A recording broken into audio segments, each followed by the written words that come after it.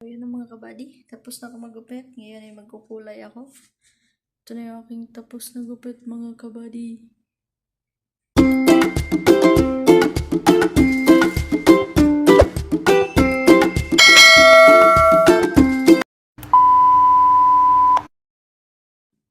So ayun mga kabady, dahil mahaba na naman yung ating buhok, tayo ay magwa one on one na naman tayo sa paggupit.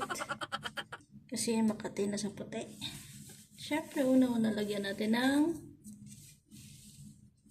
kurtina. Kurtina. Para hindi dumikit yung yung buhok sa ating damit, siyempre. At siyempre, hindi mawawala ang razor. Tapos, siyempre, may gunting tayo, tsaka supply. At siyempre, extrang salamin. Ang mahiwagang salamin, mga kabady. So, tayo ay magugupit ng ating buhok at mahaba na bago natin kulayan ng itim kasi ang dami ng puti. At mahaba na yung ating buhok. So, ito lang yung aking ginagawa mga kabady. Ginagamitan ko siya ng medya na hair clip. Tsaka ko siya papadaanan. Ganyan. Dito lang sa may baba muna. Linisin ko muna bago ko pasadahan sa taas. So, ganyan lang yung diskarte ko mga kabady. Harap lang sa salamin. Diba? Almost ano ko na to for ginagawa George na? 5 years?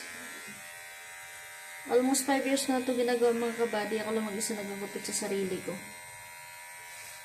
At baka nagtataka kayo kung paano ko nagugupitan sa likod. Ako lang mag-isa at wala naman akong mata sa likod. At di ko naman mapaikot ng 360 degree yung aking leeg. Kaya ginagamitan ko yun na mahiwagang salamin. Ganito tayo mga kabady.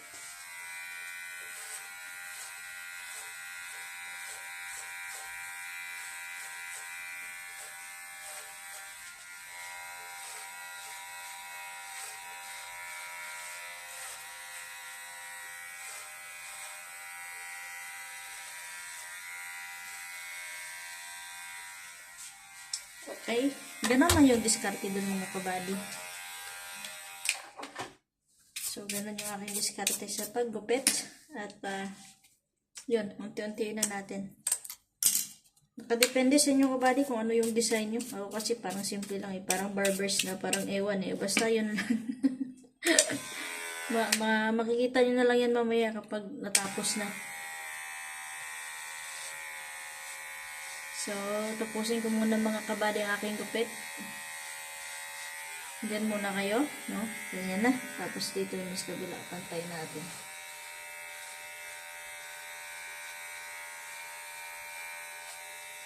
Saka natin siya lilinisan para, natin, parang may layer siya dito. Para mag-flat siya. Kasi mahaba na eh. Kailangan ng gupitan. Kaya, stay tuned mga kabady.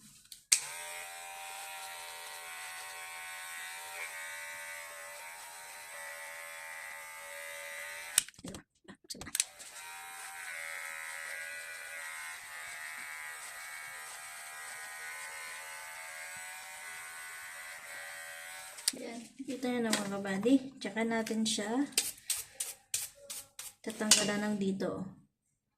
Panahan natin yan para na maging malinis. So, ganun yung mangyayari mga kabady. At ang mahal kasi mga kabady magpagupit sa labas. Nasa 30 real to 20 to 30 real. So, i-times mo yan sa 15.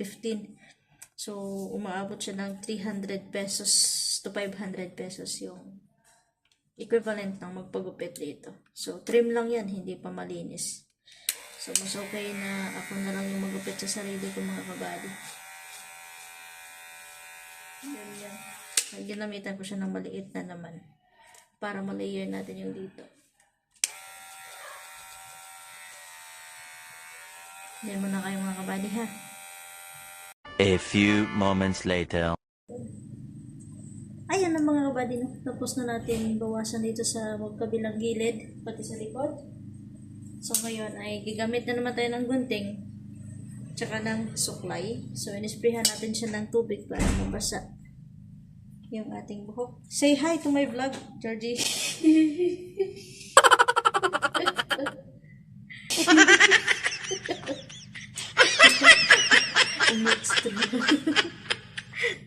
So, ganito lang mga kabady yung aking diskarte kapag nagupit. Kailangan dahan-dahan lang para na hindi natin mabigla yung buhok natin para hindi maano. Tsaka natin yan, kukulayan. So, ganyan lang, i-flat lang natin yung ating suklay. Tsaka natin gupitan.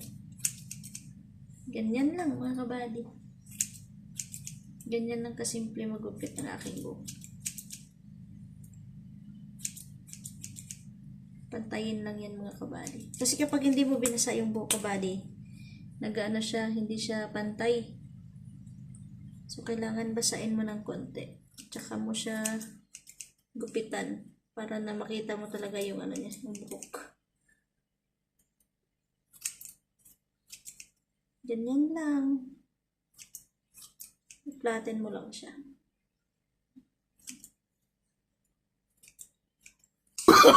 Oh, no, no, no, no.